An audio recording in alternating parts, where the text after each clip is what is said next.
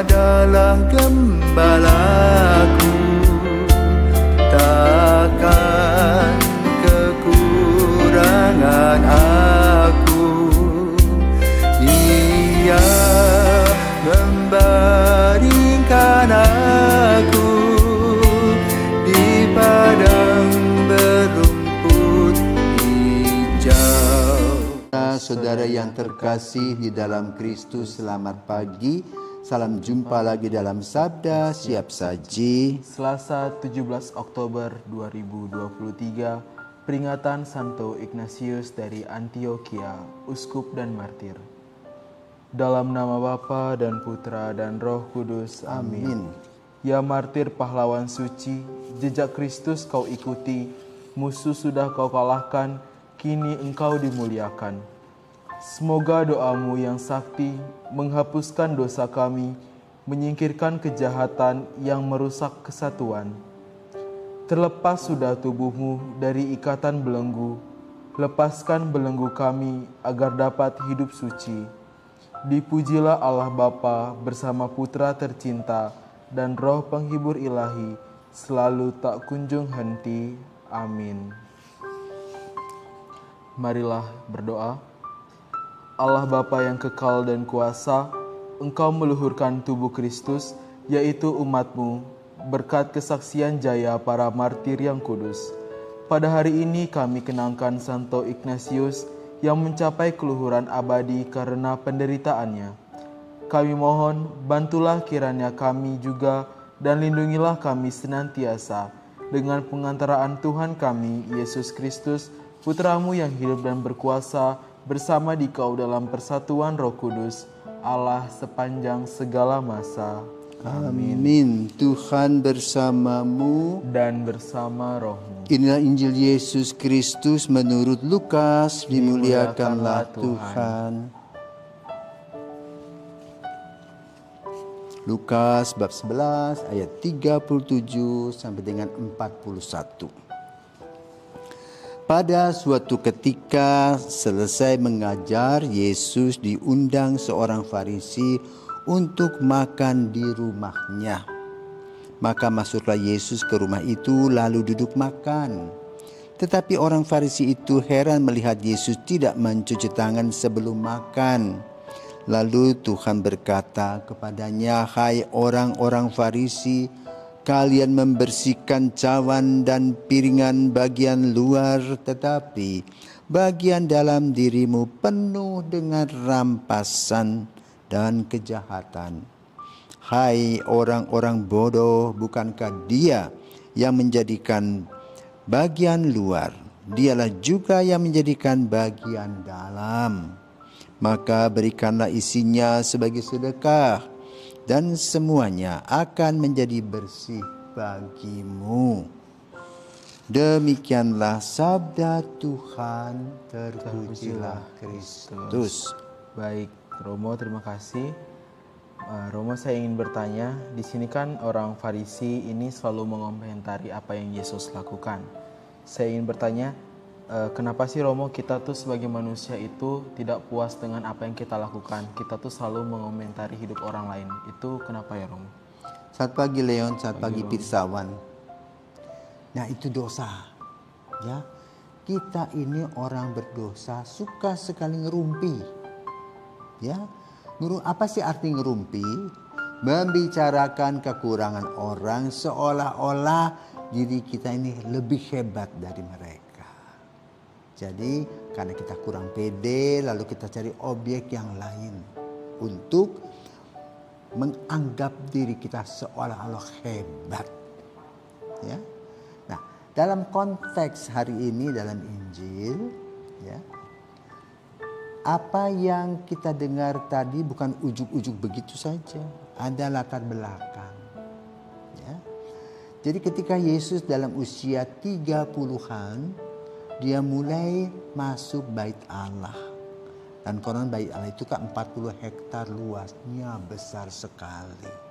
Jadi bagian-bagian tertentu, ada yang untuk duduk khotbah, ada yang jualan kambing domba, ya, tukar uang dan sebagainya. Ya. Sehingga itu menjadi sebuah bisnis. Kedua, juga ada bagian-bagian kudus dan suci yang dipelihara oleh para imam. Lalu yang berada dalam bait Allah itu bermacam-macam kelompok. Ya, semuanya sibuk dengan hukum Taurat. Tetapi ketika mereka membaca Taurat itu, lalu lahirlah tafsiran-tafsiran ini yang membuat perbedaan dan kelompok A, kelompok B, kelompok C. Dalam pembicaraan Injil pada hari ini, Yesus diundang makan oleh seorang Farisi yang tentu saja beruang. Bukan kece-kece begitu, bukan kaleng-kaleng. Tapi ya hebat, dia sebagai pemimpin satu kelompok orang. Ya. Lalu apa sih sebenarnya yang dibuat dalam hukum Taurat itu tentang cuci tangan? Ya. Cuci tangan bukan berarti kita melarikan diri dari masalah. Ini cuci tangan secara fisik. Dimana kalau setiap hari orang Muslim ya mau berdoa itu wudhu dulu, membersihkan matanya, telinganya, hidungnya, mulutnya, kupingnya, sebagainya dibersihkan. Dengan maksud supaya apa? Bisa mendengarkan sabda Tuhan dengan baik dan juga dengan hati yang bersih. Ya. Dalam tata cara orang-orang Yahudi mungkin baik kalau kita juga mendengar apa sih ya kebiasaan pencuci tangan itu. Dalam tradisi Yahudi dalam hukum Taurat ada sebuah tradisi yang disebut netilat yadayim, yaitu pencucian tangan. Nah, pencucian tangan itu disesuaikan dengan situasi dan kondisi. Bisa sebelum makan, ya. Bisa baru pada saat bangun tidur, ya. Bisa ketika mau berdoa, ya. Bisa juga setelah kita membersihkan alat-alat kita yang kita miliki itu cuci tangan. Tetapi ada bagian-bagian lain yang tidak perlu cuci tangan, seperti misalnya buah yang sudah dicuci, kita nggak usah cuci tangan lagi. Ya, tapi bersentuhan dengan orang itu kita cuci tangan. Ya. Nah, mungkin baik kalau kita tahu, ya, kapan sih orang-orang cuci tangan. Jadi pada saat kita bangun tidur, ya, biasa kita kan kumur-kumur, cuci mulut, cuci tangan, ya. Tetapi dalam tradisi Yahudi itu cuci tangan, cuci mulut itu sebanyak 3 kali. Itu dengan tujuan supaya roh-roh jahat itu tidak nempel di jari-jari kita. Ya, itu satu. Yang kedua, mencuci tangan sebelum berdoa. Nah, ini yang disebut wudhu. Ya. Yang ketiga, mencuci tangan saat orang menyentuh bagian vital. Ya. Cuci tangan. Ya. Atau menggunting kuku. Ya. Kenapa? Karena dari kuku-kuku itu mungkin ada kotoran-kotoran. Ya. Lalu juga ada saat orang meninggalkan kamar mandi, ya, cuci tangan. Jadi memang super bersih. Ya.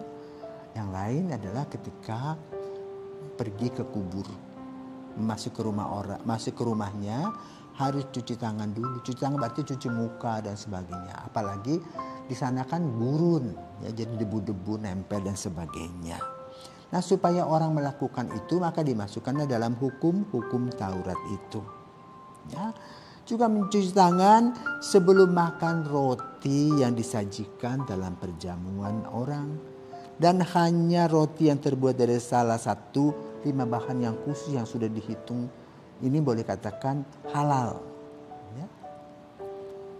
Mencuci tangan setelah menyantap makanan, di mana garam disajikan di meja. Ya. Lalu mencuci tangan juga diterapkan, ya, untuk atau sebelum memberkati orang, ya, supaya berkat itu bersih. Nah, tapi yang terakhir, mencuci tangan saat sebelum disantap orang mencelupkan potongan roti. Jadi memang dari debu ya wajar lah masuk untuk higienis. Tetapi kalau makan buah tidak perlu kalau buahnya sudah dicuci. Ya, karena zaman dulu biasanya buah anggur belum ada lapisan lilin seperti zaman kita sekarang. Ya. Nah, kira-kira di bagian mana Yesus tidak cuci tangan? Kemungkinannya di bagian ambil buah. Nah, pada zaman kita sekarang kan begini, kalau kita makan, ada orang yang lebih dulu makan buah. Karena buahnya sudah bersih, sudah langsung makan. Seperti itu. Tetapi persoalannya adalah bagaimana orang Farisi tadi memperhatikan hal detail-detail, kecil-kecil itu diperhatikan. Yang antik adalah pencucian tangan atau tidak cuci itu dikaitkan dengan dosa. Itu masalah. Yesus ingin menerangkan kepada mereka. Itu etiket. Kebiasaan, tidak ada urusan. Itu higienis. Itu tidak ada urusan dengan dosa. Soal kebiasaan. Maka Yesus cukup keras. Ya, kamu sibuk sekali ya dengan hal-hal yang kecil-kecil itu loh, yang kurang prinsipil. Ya. Apalagi kalau kita misalnya datang ke rumah orang yang beruang, kita sudah cuci tangan di luar, cuci kaki sudah bersih, kita masuk bersih. Jadi tidak perlu setiap kali cuci tangan terus. Ya. Maka itu Yesus menekankan ya, bahwa kadang-kadang kita hanya show saja, di luarnya heboh, tapi kedalaman hati kita tak tersentuh. Jadi boleh katakan seolah-olah cuci tangan itu pencitraan, bukan untuk higienis. Karena dibahas. Ya. Kalau misalnya sehigienis, orang tangannya kotor, ya perut dia sakit. Tetapi tidak urusan dengan dosa. Maka Yesus tadi kan katakan, ayo kalian itu jangan pikir tentang hal itu. Kenapa? Kamu seperti kuburan. Di depannya bersih, di belakangnya bau busuk. Jadi kita tidak punya motivasi untuk menghargai martabat orang lain. Melihat dari hal-hal kecil seolah-olah orang ini penuh dengan dosa. Dan jangan lupa dulu pada zaman sebelum Konsili Vatikan kedua, para pastor pun ya, harus mengaku dosa ketika dia mengadakan atau merayakan Ekaristi lalu memegang jidatnya, ngelap keringatnya, itu dosa. Harus diakui bahwa saya buat begini. Nah itu mengikuti juga aturan. Tapi lalu dalam Konsili Vatikan kedua dibahas, hal kecil-kecil itu loh buat apa? Ya, maka juga ini bagi untuk refleksi kita bagi dalam keluarga. Ya, banyak orang yang sibuk dengan hal-hal kecil, tetapi yang hal prinsip tidak dibahas dengan sungguh baik. Hanya show off saja. Ya, tampil sama seperti sekarang tuh pada zaman YouTuber ini, pada zaman Facebook, pada zaman IG. Makan apa di IG. Ya toh? Ya. Di Facebook, aku baru makan ini loh. Jadi lalu apa yang terjadi? Yang utama tidak diurus. Sibuk dengan IG semua difoto. Jadi dengan difoto itu orang bisa menghasilkan duit. Tetapi orang yang bekerja keras serius itu menghasilkan apa-apa gajinya kecil. Seperti macam para YouTuber itu kan, antara lain misalnya perjalanan dia kemana, bagus bahwa memberikan informasi. Tapi dia dapat itu dari uang yang dia pergi itu loh kemana. Itu pada zaman kita. Ya, jadi ada beda paham. Kembali pada hari ini di mana kita juga merayakan atau memperingati Santo Ignatius dari Antioquia. Siapakah dia? Ya, Antioquia adalah tempat diaspora Yahudi yang pertama menjadi pengikut Kristus. Maka di Antioquia itulah istilah kerennya Kristen. Pengikut Kristus itu dicanangkan. Maka umat di sana mengerti tentang kekristenan pada masa itu. Dan orang yang ketiga setelah Petrus dan Evodius itulah uskup. Dan Ignatius dari Antioquia ini menjadi uskup yang ketiga. Waktu itu belum dikatakan seperti sekarang. Belum ada berkat urbi et orbi, belum. Itu nanti pada abad ketiga. Abad-abad pertama, uskup yang pertama Petrus, yang kedua Evodius, yang ketiga adalah Ignatius dari Antioquia pada zaman kekaisaran Kaisar Trajan. Dia kemudian diarak untuk di bumi hanguskan, dan sepanjang jalan Ignatius itu berkhotbah tentang siapakah Yesus sampai pada akhirnya dia meninggal dunia. Mungkin kecapean dan juga dipukuli terus dan sebagainya. Itulah kenangan dari Santo Ignatius dari Antioquia, uskup kita yang ketiga pada zamannya, yang luar biasa memberikan diri dalam pembelajaran iman kepada semua orang yang ada di sekitar hidupnya pada zamannya. Ya. Jadi boleh dikatakan itu sekitar Suriah.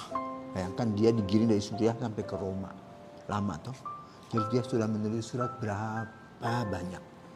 Ya, itulah Santo Ignatius yang kita perlu perhatikan peranannya dalam hidup gereja.